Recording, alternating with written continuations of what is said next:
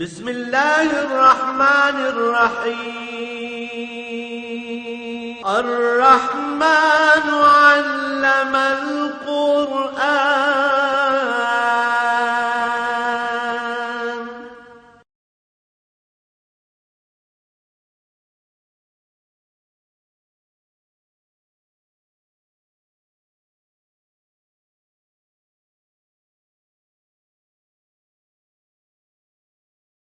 الحمد لله رب العالمين والصلاة والسلام على حبيبه محمد وآله وصحبه أجمعين.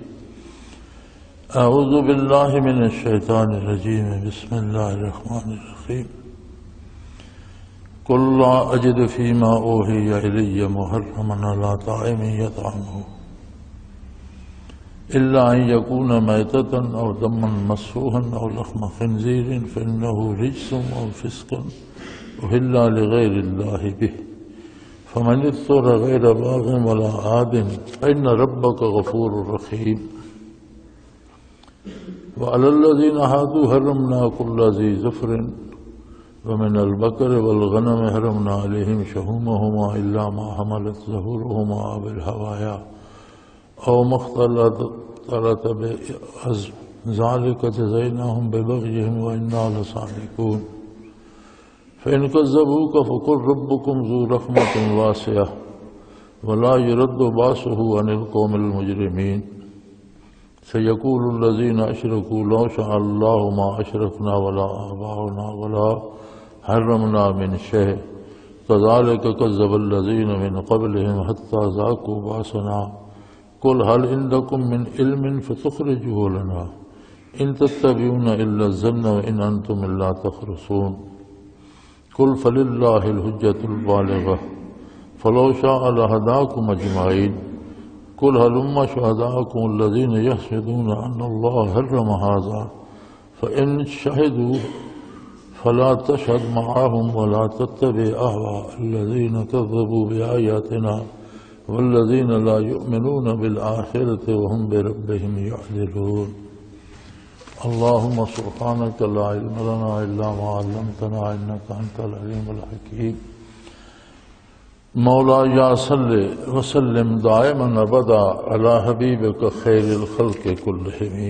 ان آیات مبارکہ کا سادہ سا بامحاورہ ترجمہ عرض کیے دیتا ہوں کہ آپ فرما دیجئے کہ کھانے والے کے لیے جو چیزیں اللہ نے کھانے کی مقرر کی ہیں ان میں تو میں نے کوئی چیز حرام نہیں پائی سوائے اس کے کہ کوئی مردار ہو. مردار کہتے ہیں جو جانور حلال ہیں وہ ذبح کیے بغیر مر جائے تو وہ مردار ہے، یا بہتا ہوا خون، یا خنزیر کا گوشت جو سخت ناپاک ہے، اور یا وہ جانور جس میں شرک کا شائبہ پایا جائے اور وقت ذبح اللہ کے علاوہ کسی اور کا نام لیا جائے. اور اس میں بھی یہ گنجائش ہے کہ اگر کوئی مجبور ہو کر جان بچانے کے لیے اتنا حرام کھا لے جس سے اس کی جان بچ جائے تو اللہ کریم معاف کرنے والے، بخشنے والے ہیں، رحم کرنے والے. اور یہ بھی یاد رہے کہ یہودیوں پر تو ہم نے ہر وہ جانور جس کے پنجے ہوں، ناخن ہوں، حرام کر دیا تھا، اور گائے اور بکریوں میں سے ان کی چربی ان پہ حرام کر دی تھی، اور اس میں بھی پھر تفریق رکھی تھی کہ جو پشت پر ہو یا انتڑیوں سے لگی ہوئی ہو یا ہڈیوں سے چمٹی ہوئی ہو وہ چربی حلال ہے، دوسری چربی حرام ہے. یہ بڑا مشکل مسئلہ تھا، لیکن ایسا مشکل کیوں کیا گیا؟ اللہ نے انہیں جزا دی ان کی شرارتوں کی وجہ سے، کیونکہ وہ احکام شرعی میں مین میخ نکالتے رہتے تھے، پابندیاں لگتی رہتی تھی. فرمایا وَإِنَّا لَصَادِقُونَ، اور ہم یقیناً سچے ہیں. اگر آپ کی تکذیب کریں تو انہیں کہیے کہ اللہ بے شک بہت بڑی رحمت کا مالک ہے لیکن مجرم پر سے عذاب نہیں ٹل سکتا، ہر کام کا نتیجہ ہوتا ہے، جو جرم کرے گا وہ سزا پائے گا۔ ورنہ تو جو لوگ شرک کرتے ہیں وہ بھی کہتے ہیں کہ اگر اللہ چاہتا تو نہ ہم شرک کرتے، نہ ہمارے آباء و اجداد شرک کرتے، نہ ہم کسی چیز کو حلال و حرام کہتے۔ اگر ہم شرک کرتے ہیں اور چیزوں کو اپنی مرضی سے حلال و حرام کرتے ہیں تو اللہ ہمیں روکتا تو نہیں۔ فرمایا اس طرح کے جھوٹ ان کے پہلوں نے، آباء و اجداد نے بھی بولے، اور پھر جو کرتوت کیے ان کا مزہ بھی چکھا۔ آپ انہیں فرما دیجئے کہ اگر تمہارے پاس کوئی علم ہے، کہیں کسی آسمانی کتاب میں ہے، کوئی وحی الہی ہے تو وہ بتا دو، اور اگر نہیں ہے تو پھر تم میں اپنے وہم کی پیروی کر رہے ہو اور میں اپنی اٹکل سے باتیں بناتے ہو۔ انہیں فرما دیجئے کہ اللہ ہی کی دلیل مضبوط ہے، اگر چاہتا تو تم سب کو ہدایت دے دیتا۔ آپ ان سے فرما دیجئے کہ ان کو لاؤ جن کو تم گواہ اور شہادت قرار دیتے ہو کہ کون سی دلیل ہے تمہارے پاس کہ یہ چیز اللہ نے حرام کی ہے، اور اگر یہ جھوٹی شہادت دینے پہ بھی تیار ہو جائیں تو آپ ان کے ساتھ گواہی مت دیجئے اور ان کی خواہشات کی پیروی مت کیجئے، کیونکہ یہ ہماری آیات کی تکذیب کرتے ہیں، اور جو لوگ آخرت سے ایمان نہیں رکھتے وہ اللہ کے شریک بھی بنا لیتے ہیں۔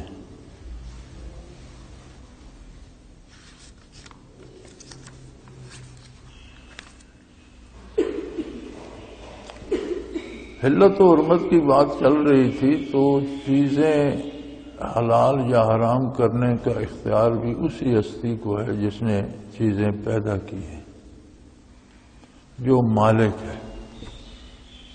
اور یہ بھی بڑی صحیح بات ہے کہ جو چیزیں شریعت نے جن کا کھانا حرام کیا ہے ان کے کھانے سے انسانی صحت کو بھی نقصان ہوتا ہے۔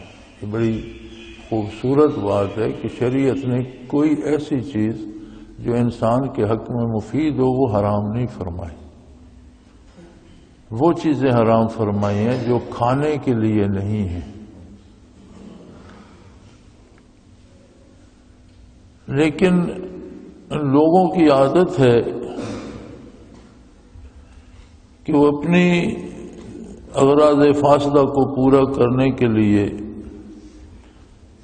اپنی طرف سے مسائل گھڑتے رہتے ہیں۔ جیسے اللہ نے سود کو حرام قرار دیا ہے تو اسے حلال کرنے کے لیے اس کا نام منافع رکھ لیا یا مارکپ رکھ لیا۔ یہ نام بدلنے سے چیز کی حیثیت تو نہیں بدل جاتی۔ تو یہ وہ ہیلے ہیں جو کفار کیا کرتے تھے۔ تو آپ انہیں فرما دیجئے کہ ہر بات کے لیے کوئی ذریعہ علم کا چاہیے۔ ہر بات کو جاننے کے لیے آپ نے کہیں کسی آسمانی کتاب سے یہ علم حاصل کی ہے، کسی نبی کے ارشادات سے حاصل کی ہے، کوئی علمی یا اس کا پر کوئی نقلی یا عقلی دلیل ہے، تو سب سے مضبوط ذریعہ علم کا مضبوط ترین ذریعہ جو ہے وہ ہے وحی الہی۔ کوئی سن کر علم حاصل کرتا ہے لیکن اپنے جیسے بندوں سے سنتا ہے، کوئی کتاب پڑھتا ہے تو سوائے اللہ کی کتاب کے یا رسول اللہ صلی اللہ علیہ وسلم کے ارشادات کے باقی جو کتابیں ہیں وہ سب ایک جیسے انسان ہیں اور ان کی اپنی رائے ہے۔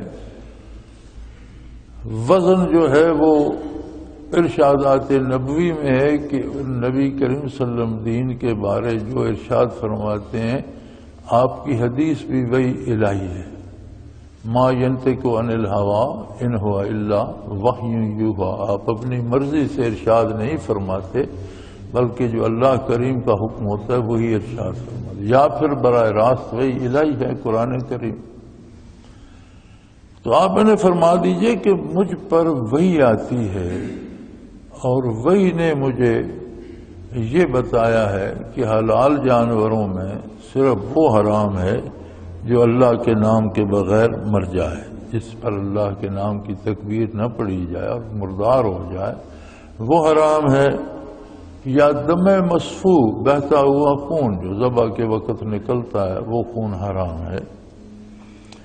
خنزیر کا گوشت حرام ہے، فإنہ رجس، اس کے اصل میں ناپاکی ہے۔ خنزیر ایسا جانور ہے کہ جس کا کوئی جز کبھی پاک نہیں ہوتا، گوشت حرام ہے، چمڑا حرام ہے، ہڈیاں حرام ہیں، اس کا بیچنا خریدنا حرام ہے، حتیٰ کہ خنزیر پالنے پر ملازمت کرنا حرام ہے یا اس پر اجرت لینا حرام ہے، یعنی اس کی اصل میں حرمت ہے۔ فإنہ رجس، اس کی اصل میں حرمت ہے وہ، ورنہ جتنے جانور حرام بھی ہیں یا کوئی حلال جانور مردار ہو جاتا ہے اور اس کی کھل کی دباغت کی جاتی ہے اور کھال دباغت کے بعد پاک ہو جاتی ہے، اس کا جائے نماز بھی بنایا جا سکتا ہے، استعمال ہو سکتی ہے، لیکن خنزیر کی کھال دباغت سے پاک نہیں ہوتی، اس کی اصل میں فإنہ رجس، اس کی اصل میں حرمت ہے، اصل میں ناپاکی ہے۔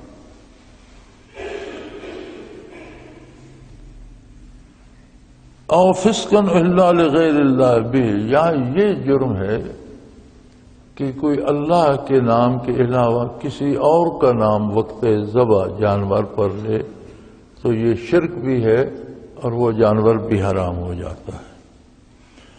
پھر ان حرام جانوروں میں بھی اللہ نے یہ گنجائش رکھی ہے کہ کسی کو بھوک کی وجہ سے اگر کوئی مر رہا ہے اور کہ مر جانے کا خطرہ ہے اور حلال چیز نہیں مل رہی تو اتنا کھا لے جس سے اس کی جان بچ جائے، پیٹ بھرنے کے لیے نہ کھائے، اس سے لطف اندوز ہونے کے لیے نہ کھائے، لیکن اتنا کھا لے جس سے وہ مر نہ سکے، لیکن حرام اس کے لیے بھی حلال نہیں ہوتا، رہتا حرام ہی ہے۔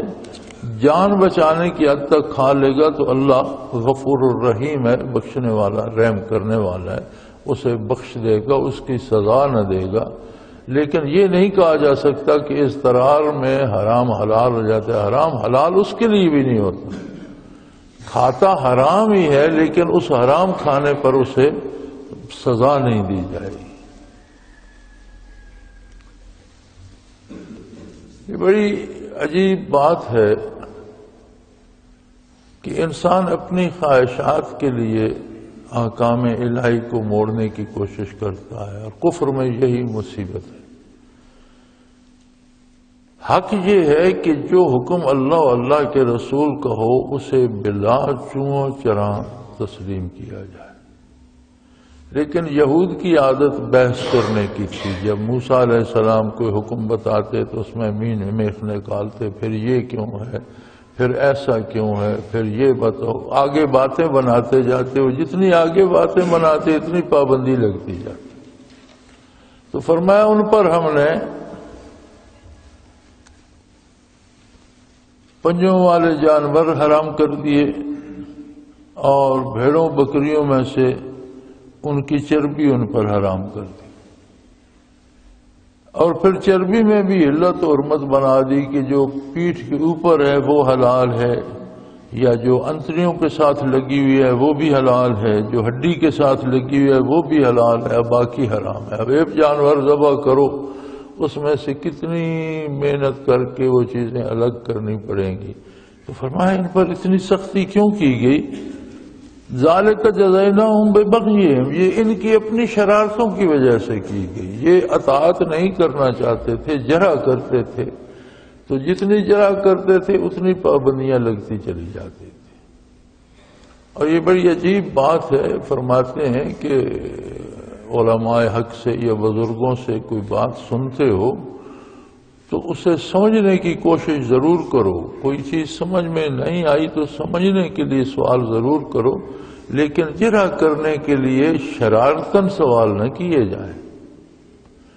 بعض لوگ اپنی سادگی میں، یا جہالت کہہ لیجئے، جہالت ذرا وزنی لفظ ہے، سادگی بہتر ہے، اپنی سادگی میں بھی ایسے سوال کر جاتے ہیں جن سے پابندیاں بڑھ جاتی ہیں۔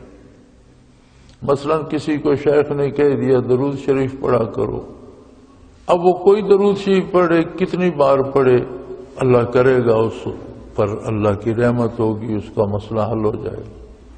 اب سوال کریں گے جی کون سا درود پڑھو، تو ایک اور پابندی لگ گئی کہ فلاں پڑھو، پھر پوچھیں گے جی کتنی بار پڑھوں، ایک اور پابندی لگ گئی 500 بار پڑھو، 300 بار پڑھو۔ تو اس طرح کے جتنے سوال ہوتے جائیں گے پابندی بڑھتی جائے گی۔ اس لیے جو چیز سمجھ میں آئے اور جس طرح وہ بلا چوں چرا تعمیل ارشاد کی جانی چاہیے۔ لیکن یہود کا یہی طریقہ تھا، فرمایا ان کی شرارتوں کی وجہ سے ان پر یہ سختی بڑھتی گئی۔ وَإِنَّا لَصَادِقُونَ، اور یقیناً ہم سچے ہیں۔ فرمایا سچی بات اللہ ہی کی ہوتی ہے، اللہ کی بات حرف بحرف سچ ہوتی ہے۔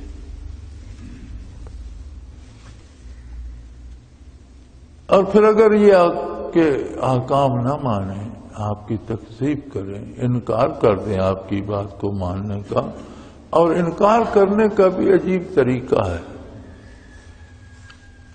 آپ کو مسلمانوں میں بھی ایسے لوگ مل جائیں گے جو فرائض تک ادا نہیں کرتے، نماز نہیں پڑھیں گے، روزہ نہیں رکھیں گے، حرام کھا جائیں گے، اور پوچھو تو کہتے کوئی نہیں جی اللہ بڑا کریم ہے، خیر ہے، اللہ معاف کر دے۔ یہ بات بھی وہ یہود اور کفار کہا کرتے تھے کہ کوئی نہیں جی ہمارے اعمال میں کیا رکھا ہے، اللہ بڑا بخشنے والا ہے، وہ بخش دے گا، خیر ہے، گزارا ہو رہا ہے۔ اب یہ مصیبتیں ہم سے ہوگا، ہم نماز پڑھیں گے تو کیا ہوگا، نہیں پڑھیں گے تو اللہ کا کیا بگڑ جائے گا، ہمارے پڑھنے نہ پڑھنے سے کیا ہوگا، یا میں روزہ رکھوں گا تو کیا ہے، یا نہیں رکھوں گا تو کیا ہے، یا میں نے تھوڑی سی رشوت لے لی ہے تو خیر ہے، اللہ معاف کرنے والا ہے، اللہ بخش دے گا۔ فرمایا اگر آپ صلی اللہ علیہ وسلم کی اطاعت نہ کریں اور اس بات پہ نہ کریں کہ کہتے رہے خیر ہے جی اللہ بخشنے والا ہے، تو آپ ان کو فرما دیجئے ربکم ذو رحمت واسعہ، اللہ کی رحمت بے پناہ وسیع ہے۔ کوئی انسان یا انسانی علم اس کا احاطہ نہیں کر سکتا۔ اس کی ذات جس طرح احاطے سے بالا تر ہے، اس کی صفات بھی انسانی علوم کی حدود سے بالا تر ہے۔ اس کی رحمت بے پناہ وسیع ہے، لیکن یہ یاد رکھو یہ بھی اسی کا قانون ہے، وَلَا يُرَدُّ بَأْسُهُ عَنِ الْقَوْمِ الْمُجْرِمِينَ، جو جرم کرتا ہے اس کو جرم کی سزا بھگتنا ہوگی۔ یہ اسی رب کا بنایا ہوا قانون ہے جو بڑا رحیم ہے، کریم ہے، غفور ہے، لیکن اس کا یہ قانون ہے، وہ اپنے قانون کو نہیں توڑے گا۔ اگر تم برائی کرو گے تمہیں اس کا نتیجہ بھگتنا ہوگا۔ اللہ کی رحمت کا یہ مطلب نہیں کہ آپ نافرمانی کر کے رحمت کو پا لیں۔ رحمت کو پانے کے لیے رحمت کے ساتھ جڑنا اور اطاعت ضروری ہے۔ سَيَقُولُ الَّذِينَ أَشْرَكُوا لَوْ شَاءَ اللَّهُ مَا أَشْرَكْنَا وَلَا آبَاؤُنَا وَلَا حَرَّمْنَا مِنْ شَيْءٍ۔ فرمایا یہ بھی جو شرک بھی کرتے ہیں، یہ بات تو ہی کہ جو حرام کھا لیتے ہیں یا گناہ کرتے ہیں تو پھر کہتے ہیں اگر اللہ کو منظور ہوتا تو ہم نہ کرتے۔ فرمایا ان کے آباء و اجداد شرک کیا کرتے تھے، اور مشرکین بھی یہ کہتے تھے کہ اگر ہم شرک کرتے ہیں، اگر ہم حرام کھاتے ہیں تو اللہ ہم پر عذاب کیوں نہیں نازل کرتا۔ اس کا مطلب ہے کہ اللہ ناراض نہیں ہے اس بات سے، یہ کوئی بات نہیں۔ اگر ہم نے شرک کیا، ہمارے اجداد نے شرک کیا، یا کچھ چیزیں ہم نے اپنی طرف سے حرام کر دیں، تو اگر اللہ نہ چاہتا تو ہم کیسے کر سکتے تھے؟ وہ تو ہر چیز پر قادر ہے۔ یہ بات اس لیے غلط ہے کہ اللہ کریم نے انسان کو عقل و شعور بھی دیا، اس کی طرف انبیاء مبعوث فرمائے، اپنی کتابیں نازل فرمائیں، اور اسے یہ فیصلہ کرنے کا اختیار دیا کہ وہ اطاعت کرنا چاہتا ہے یا نافرمانی۔ جس کے دل میں یہ جذبہ پیدا ہو جائے کہ مجھے اللہ کی اطاعت کرنا ہے، وہ کتنے گناہ بھی کر چکا، اسے توبہ کی توفیق بھی دے دیتا ہے، ہدایت کے سامان بھی بنا دیتا ہے۔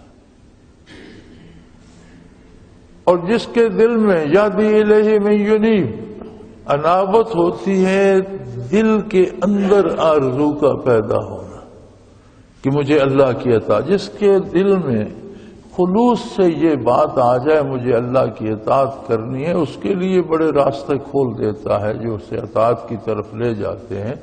اس توبہ نصیب ہوتی ہے، گناہ بھی معاف ہو جاتے ہیں، نیکیاں شروع ہو جاتی ہیں۔ اور علماء لکھتے ہیں کہ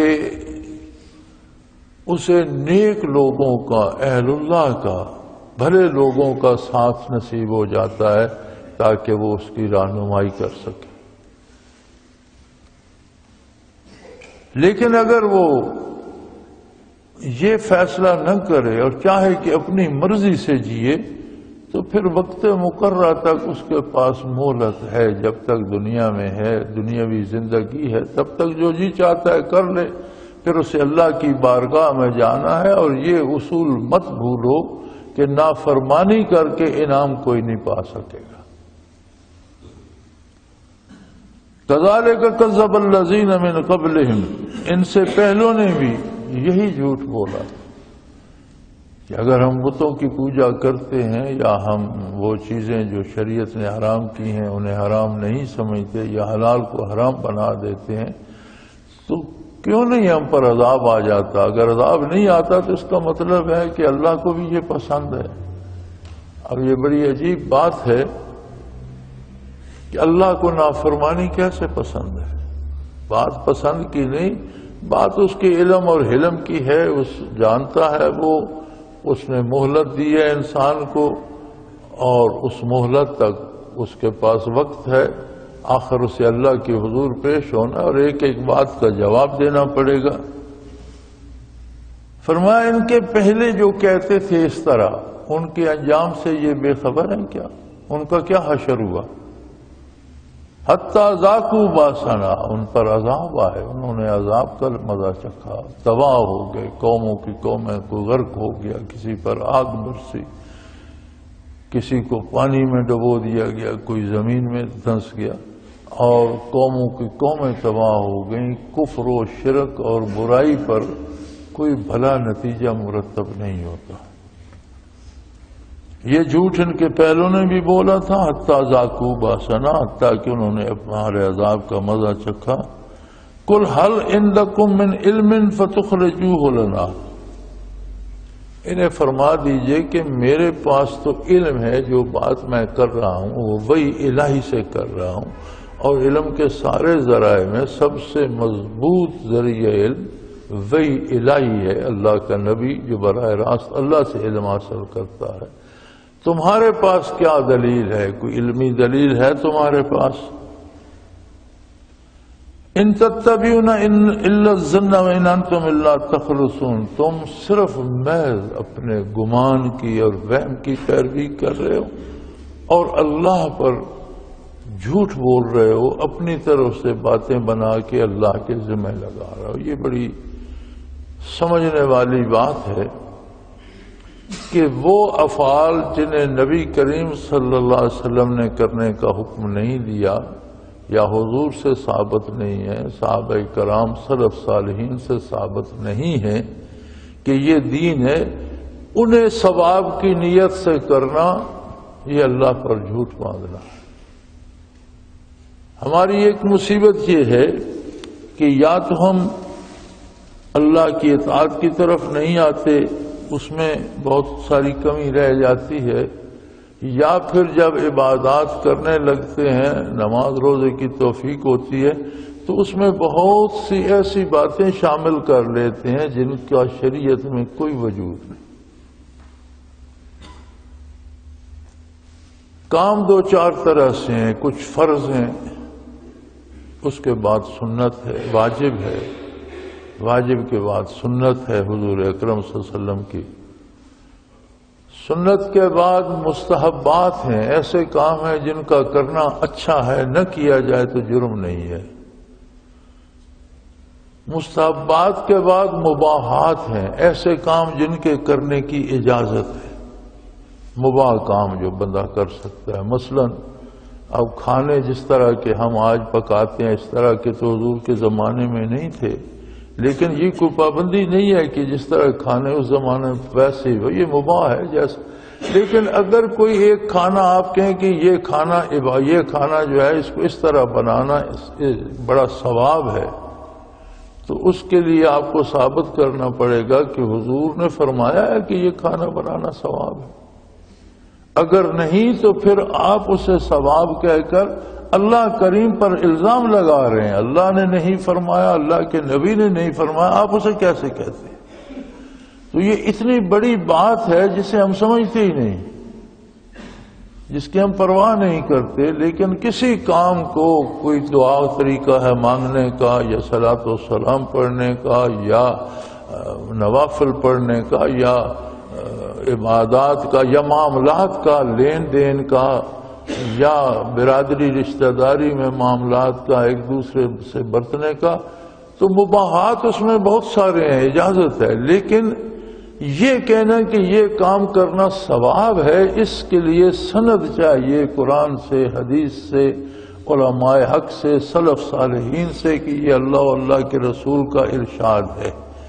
اگر نہیں ہے تو مباح کام کو بھی جس کے کرنے کی اجازت ہے اسے بھی اگر آپ یہ کہہ دیں کہ اس کا کرنا ثواب ہے تو وہ جرم بن جائے گا، کیونکہ یہ اتھارٹی، یہ حیثیت اللہ کو ہے، اللہ کے رسول صلی اللہ علیہ وسلم کی حیثیت ہے کہ وہ بتا سکتے ہیں۔ تو اپنی طرف سے مقرر کر لینا یہ اتنا بڑا جرم ہے جیسے مشرکین اللہ پر جھوٹ باندھتے تھے، یعنی جو رسومات کرتے تھے اسے کہتے تھے یہ کرنا عبادت ہے اور یہ اللہ پر جھوٹ ہوتا تھا۔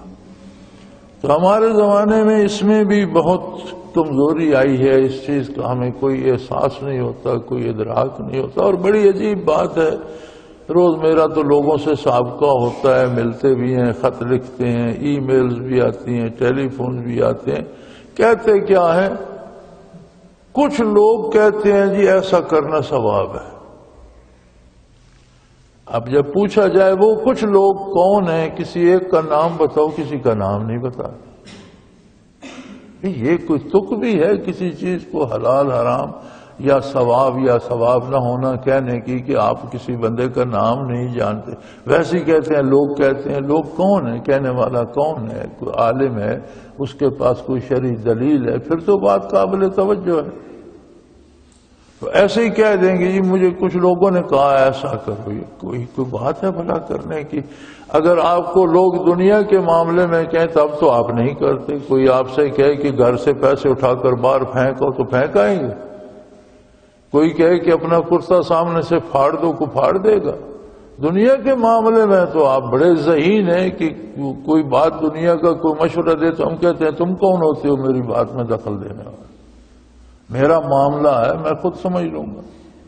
دین کے معاملے میں ہر کسی نے آزادی دی ہوئی ہے جی، لوگ ایسا کہتے ہیں، یہ کوئی بات لوگوں کے کہنے سے دین نہیں ہوتا، قرآن و سنت دین ہے، علماء حق اس کی تشریح کریں، کوئی عالم آپ کو بتائے کہ یہ ثواب ہے، اس کے پاس کوئی دلیل ہوگی، پھر تو کوئی بات بھی ہے۔ ایسے ہی کہ لوگ کہتے ہیں یہ کیا بات ہے، اس کی وجہ صرف یہ ہے کہ ہمارے دل میں دین کی اہمیت نہیں ہے، دنیا کی اہمیت ہے، اس کے بارے ہم کسی کی بات سننا گوارا نہیں کرتے، دین کی اہمیت نہیں ہے، اور یہ ایمان سے کمزوری کی دلیل ہے۔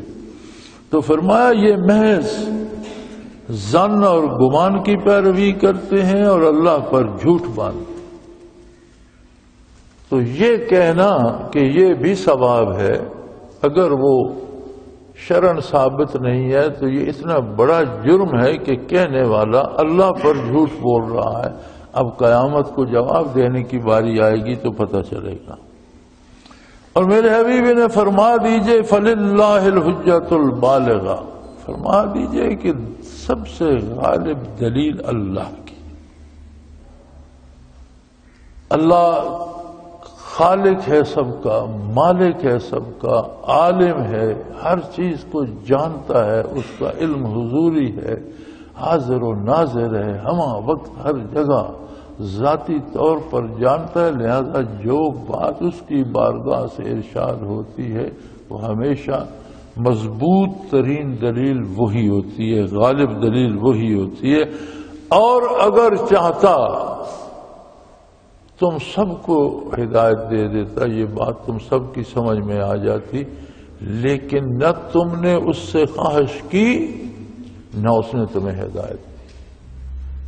اس نے تمہاری خواہش پر اس بات کو، یہی کچھ اختیار ہے بندے کے پاس۔ بندہ اپنی مرضی سے کوئی پیدا نہیں ہوتا، اپنی مرضی سے اپنی شکل نہیں بنا سکتا، اپنی مرضی سے اپنا قد بت نہیں بنا سکتا، اپنی مرضی سے صحت بیماری اختیار نہیں کر سکتا، اپنی مرضی سے زندہ نہیں رہ سکتا، جب موت آتی ہے مجبوراً اسے مرنا پڑتا ہے، اپنی مرضی سے اپنا عقل و خرد اور علم نہیں بنا سکتا، جو عطا ہوتا ہے وہی ہے، اپنی مرضی سے اپنی روزی مقرر نہیں کر سکتا، جو اللہ کی طرف سے ہے وہی میں، تو پھر اختیار کس بات کا ہے؟ نہ پیدا ہونے پہ اختیار ہے، نہ مرنے پہ، نہ شکل بنانے پہ، نہ روزی پہ، نہ قسمت پہ، نہ مقدر پہ، نہ کھانے پہ، نہ سونے پہ، نہ جاگنے پہ، تو اختیار کس؟ یہ اختیار ہے بندے کے پاس کہ بالغ ہونے کے بعد حق و باطل کو پرکھ کر حق کو اختیار کرے تو اس کی مرضی۔ اگر حق کو اختیار کرتا ہے تو اللہ اس کا ہاتھ تھام لیتا ہے، اس کی مدد فرماتا ہے، حق کو سمجھنے میں اس کا سینہ فراخ کر دیتا ہے، ایسے لوگوں سے ملوا دیتا ہے جو اسے حق بتاتے ہیں، اس کی پوری مدد فرماتا ہے۔ اور اگر وہ کہتا ہے مجھے حق نہیں چاہیے، مجھے تو موج میلا کرنا ہے، تو اس کو اس وقت نہیں روکا جاتا، اسے اختیار دیا گیا ہے، جب تک اس کے پاس مہلت ہے، زندگی ہے، جو جی چاہتا ہے کر لے۔ لیکن فرمایا یہ بات یاد رکھو کہ ہر چیز پہ پھل لگتا ہے۔ اگر تم گندم بوتے ہو تو اس پہ گندم لگتی ہے، آم کا پیڑ لگاتے ہو اس پر آم لگتے ہیں، اگر تم دھتورے بوتے رہو گے تو اس پر دھتورا ہی لگے گا، اگر تھور بوتے رہو گے تو اس پر کانٹے ہی لگیں گے۔ ہر عمل کا نتیجہ بھگتنا پڑتا ہے۔ اس غلط فہمی میں نہ رہو کہ میں گناہ کر رہا ہوں مجھے کچھ نہیں ہو رہا، ہو نہیں رہا، تمہاری سزائیں بن رہی ہیں، نفاذ کا وقت آ جائے گا، جب تم مرو گے تو نافذ ہو جائے گا۔ اور اگر تم خواہش کرتے تو اللہ ایسا کریم ہے کہ تمہارے دل میں انابت آتی اور وہ چاہتا تم سب کو ہدایت دے دیتا۔ قُلْ هَلُمَّ شُهَدَاءَكُمُ الَّذِينَ يَشْهَدُونَ أَنَّ اللَّهَ حَرَّمَ هَٰذَا، یہ جو تم اپنی مرضی سے چیزیں حرام حلال کرتے رہے ہو تو کوئی ایسے گواہ تو لاؤ جو یہ کہیں کہ واقعی اللہ نے یہ چیزیں حرام کی ہیں۔ سنی سنائی بات کا تو اعتبار نہیں ہوتا، تو ایسے گواہ لاؤ۔ لیکن فرمایا جس بندے کا اللہ کے ساتھ ایمان نہیں ہے اسے جھوٹ بولنے میں کیا ڈر لگے گا؟ ہو سکتا ہے یہ غلط طور پر گواہی دینے پہ شروع ہو جائے۔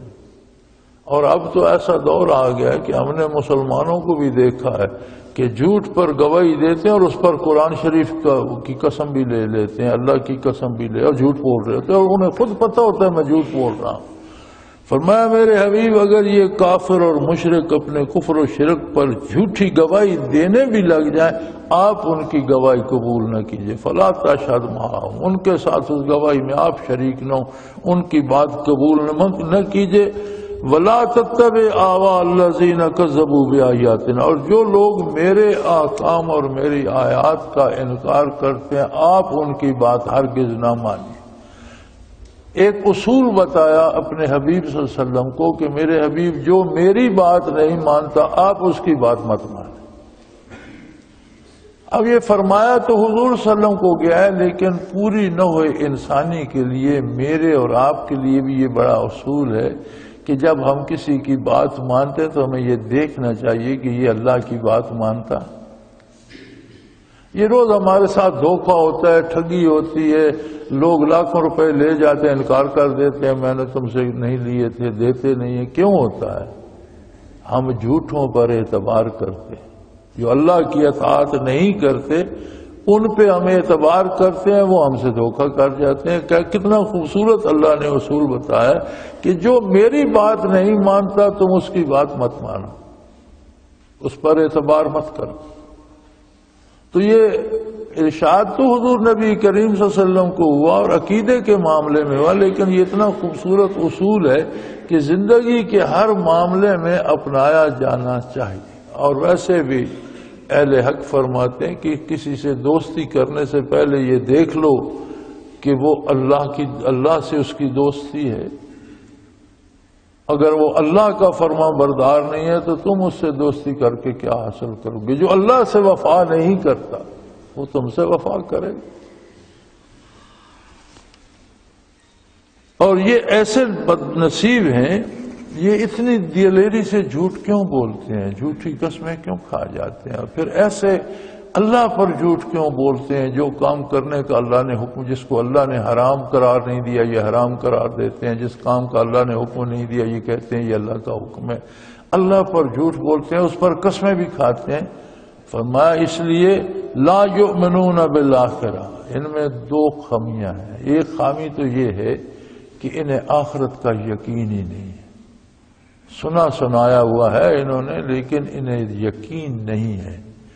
اور دوسری خرابی یہ ہے کہ اللہ کے ساتھ شرک کرتے ہیں اور دوسروں سے امیدیں رکھتے ہیں، غیر اللہ سے امیدیں رکھتے ہیں، ان سے اپنے کام نکلوانے کی امید رکھتے ہیں۔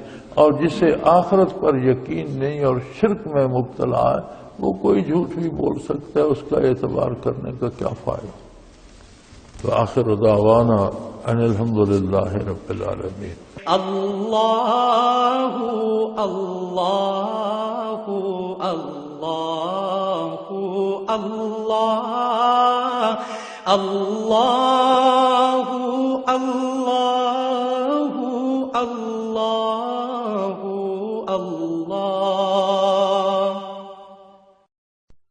حضرت امیر محمد اکرم آوان مد ذلہ العالی دارالعرفان منارہ ضلع چکوال میں سالہ سال سے قرآن و حدیث کے اوپر خطابات کر رہے ہیں اور سلسلہ نقشبندیہ اویسیہ کے مطابق لوگوں کو ذکر الہی کی تربیت دے رہے ہیں۔ وہ قرآن پاک کی تفسیر ترتیب وار بیان کر رہے ہیں۔ تفسیر قرآن کو وہ موجودہ ملکی اور بین الاقوامی حالات کے مطابق بیان کرتے ہیں۔ موٹر وے سے کلر کہار کے انٹرچینج سے نکلتے ہوئے کلر کہار کی جھیل سے ہوتے ہوئے میانی، بوچھال اور نور پور سے گزرتے ہوئے دارالعرفان منارہ پہنچ سکتے ہیں۔ حضرت امیر محمد اکرم آوان نے بچیوں اور بچوں کی دینی اور دنیاوی تعلیم کے لیے سقارہ اکیڈمی کے نام سے ایک درسگاہ بھی قائم کی ہے، جس کا افتتاح ملک پاکستان کے صدر جنرل محمد ضیاء الحق نے اپنے دست مبارک سے کیا تھا۔ وہ تمام احباب جو اسلام کی طلب رکھتے ہیں ان سے گزارش ہے کہ دارالعرفان منارہ ضلع چکوال میں امیر محمد اکرم آوان صاحب کے خطابات سے مستفید ہوں۔ وہ ہر جمعے کو نماز سے پہلے بیان فرماتے ہیں۔ ہر ماہ کی پہلی اتوار کو ماہانہ اجتماع ہوتا ہے جس میں آپ خصوصی خطاب فرماتے ہیں اور پاکستان کے چاروں صوبوں سے احباب اس اجتماع میں شرکت کرتے ہیں۔ اس کے علاوہ یہاں سال میں 2 مرکزی اجتماعات بھی ہوتے ہیں، ایک رمضان المبارک میں اعتکاف کا اجتماع اور دوسرا جولائی اور اگست میں 40 دن کا اجتماع ہوتا ہے جس میں روحانی تربیت کی جاتی ہے۔ اپنا خون سیماب دے کر اتنا ہم کر جائیں گے، نام آقا کا چمن میں پھر رقم کر جائیں گے۔